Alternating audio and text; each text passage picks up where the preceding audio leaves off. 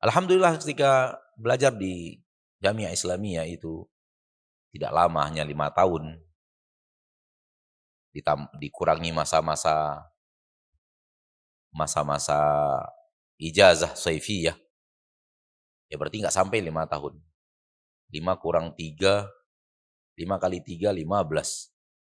Atau 4 lah, 4 kali 3, 12. Berarti sekitar 4 tahun Anda cuman. Ada 4 kali ijazah shaifiyah Anda harus di Indonesia, kali 3, 12 tahun, 12 bulan berarti 1 tahun. Berarti di jamiahnya hanya 4 tahun, gitu. Alhamdulillah, ana termasuk yang salah dulu. Termasuk yang salah dalam arti kata begini, dulu ana dididik oleh senior-senior ana, kakak-kakak kelas, Jamiah Islamiyah itu nggak perlu. Yang penting duduk di majelisnya para ulama. Sehingga ana terdidik seperti itu. Ana nggak tahu siapa yang mengotori gaya berpikir ana waktu itu, ana nggak paham. Ataukah memang ana cocok di gitu, jadi disentil sedikit aja kena gitu. Ada bakat kayaknya, bakat nggak suka belajar di kelas. Sehingga ana betul-betul ujian itu nggak perhatian. Ujian dapat jawab, nggak dapat tinggalkan. Nggak terlalu peduli dengan nilai kelas. Pedulinya dengan duduk di majelisnya para ulama. Alhamdulillah duduk di majelisnya Syekh Abdul Muhsin yang paling banyak. Kita duduk di majelisnya Syekh Abdul Muhsin itu paling banyak. Kemudian di majelisnya Syekh Abdul Razak, Syekh Abdul Khalifah At-Tamimi. Ketika itu mereka halaqahnya masih di kampus Jamiah Islamiyah. Kemudian duduk di majelisnya Syekh Saleh As-Suhaimi, Syekh Ali Nasir Al-Faqihi. Duduk di majelisnya Syekh Abu Bakar Al-Jabil Al-Jazai tapi tidak sering. Karena ketika kita duduk di sana materinya lebih banyak kepada awamun nas dibanding kepada tullabul ilm. Kemudian kita juga mengejar majelisnya Syekh Muhammad bin Hadi Al-Madkhali. Kita juga pergi ke rumah karena beberapa kali Syekh mengadakan duduk di rumahnya dengan para tullab, Syekh Rabi' bin Hadi Al-Madkhali. Kita juga pergi ke rumahnya Syekh Sulaiman Ar-Ruhaili, Ibrahim Ar-Ruhaili, Syekh Mus'id Al-Husaini. Kita berulang-ulang kali tidak majelis tapi tidak di majelis ilmu tapi langsung ke rumah dan diskusi dengan Syekh Muhammad bin Abdul Wahab Al-Aqil dan beberapa orang masyayikh lainnya yang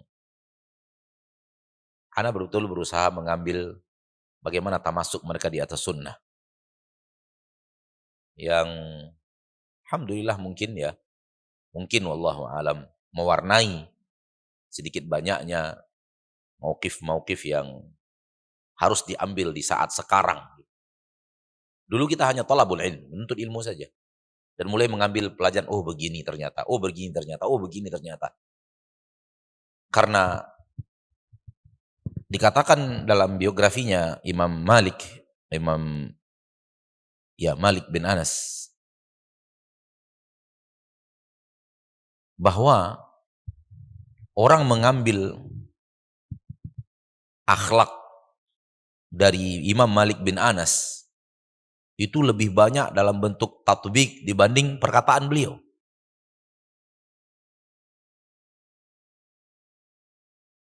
Jadi para tulabul ilm mengambil samt, cara bersikap berkepribadian seorang ahlu sunnah dan cara berhadapan dengan keadaan, cara berhadapan dengan kondisi dari Imam Malik bin Anas itu lebih banyak yang mengambil dari samtnya beliau dibanding dari perkataannya. Dari sini Anda mengambil pelajaran bahwa pergi dengan para ulama itu mengambil cara bersikap. Mengambil cara bersikap.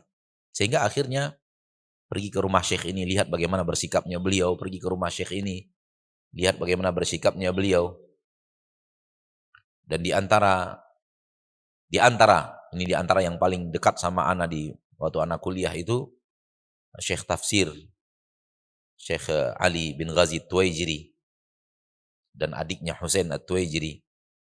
Sekarang sudah syekh mungkin, namun pada waktu itu baru saja tamat kuliah. Namun sekarang sepertinya sudah jadi syekh di kota Madinah.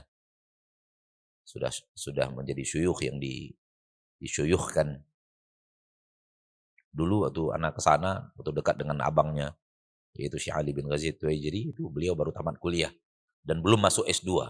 Karena ada rentang waktu antara tamat beliau kuliah dengan masuknya S2-nya beliau. Bahkan akhirnya masuk S2-nya beliau seiring dengan masuk S2-nya angkatan kami di kuliah hadis. Ala kulli hal, ana duduk langsung dengan para ahli ilmu yang pernah ana bertemu dengan mereka, walillahil hamd. Dan kesalahan ana yaitu tidak peduli dengan kampus. Seperti yang ana katakan tadi. Masuk belajar, ujian, nggak peduli dengan nilai. Akhirnya apa? Akhirnya ketika ujian S2, nah kalah. Kalah dalam berlaga dengan kawan-kawan internasional. Dan di saat kami tes itu hanya 10 kursi untuk mahasiswa S2. 5-nya untuk Saudi. 5 untuk Saudi, 5 untuk dunia internasional selain Arab Saudi. Kalau sekarang Masya Allah sudah lumayan banyak lah. Bangku-bangkunya itu banyak gitu. Karena masing-masing kisim, masing-masing kuliah buka kisim. Masing-masing kisim terima 20 gitu. Namun anak dulu enggak seperti itu. Hadis cuma terima 10. Kadang-kadang hadis itu tahun itu enggak buka. Gitu. Mungkin kekurangan dosen juga mungkin, wallahu a'lam. Yang tiap tahun buka itu kuliah akidah. Itu hanya 10 kursi. 10 kursi. Masih lumayan lah. Lebih ringan daripada mencari kursi presiden ya. Cuman 1 kan. Jadi waktu berlaga di S2 kalah. Dan ya, tilka ayyamul lati khalat, tidak bisa disesali. Kenapa? Karena ya udah, ini takdir Allah. Setelah pulang ke Indonesia, ana baru sadar. Andai ana dulu tetap fokus ke pelajaran kampus, mungkin itu pun masih mungkin. Umur ana bisa lebih panjang di Madinah dengan masyayikh gitu loh. Nah, itu yang ana pesankan akhirnya ke adik-adik yang berikutnya, generasi penerus, terutama yang sering bertemu anak pas umroh. Ya, antum tetap majelisnya ulama jangan ditinggal. Itu yang paling umdah. Yang paling penting itu majelisnya ulama. Karena ilmu ini diwarisi minal akabir ilal asagir. Walaysa minal asagir ilal asagir. Dan yang masuk ke kampus, ke kelas-kelas antum di kelas, itu ada kemungkinan masih asagir, bukan akabir. Dan bersama antum hidup akabir. Kenapa antum tinggalkan majelis akabir? Hanya untuk duduk di majelisnya asagir. Ini bukan manhaj salaf yang benar. Ini bukan cara menuntut ilmunya. Namun kita nggak bisa mengelak dalam kondisi kita sekarang. Antum juga harus peduli dengan nilai di kampus. Kenapa? Kalau antum peduli dengan nilai kampus antum sekarang, ada kemungkinan umur antum tambah panjang di Jamiah Islamiyah. Bisa terima S2, bisa terima S3. Umur antum lebih panjang di Jamiah Islamiyah, antum lebih panjang duduk di majelisnya para ulama. Alhamdulillah, adik-adik di belakang tidak mendapatkan racun pemahaman yang Anda dapatkan dulu. Ya. Wa fi kullin khairun. Kemudian Ana juga sampaikan ke adik-adik itu, tolong antum dekati, mencoba untuk bersahabat atau akrab dengan al-umada, dekan-dekan dengan orang-orang penting, memiliki jabatan-jabatan di Jamiah Islamiyah. Itu penting, mendekati mereka penting. Oh, kalau ana dulu jangan tanya. Cuek bebek. Itu pergi ke Umdah At-Tullab itu, Syu'unut tulab itu hanya ngambil paspor, ngantar paspor, ngambil paspor, ngantar paspor. Udah, nggak ada lain udah. Ngambil paspor, ngantar paspor. Atau ngambil tasrih untuk pergi ke Mekah. Karena dulu ke Mekah kita harus pakai tasrih. Itu kalau nggak urusan paspor sama tasrih itu anak nggak akan ketemu di syu'unut tulab. Sehingga nggak kenal siapa-siapa.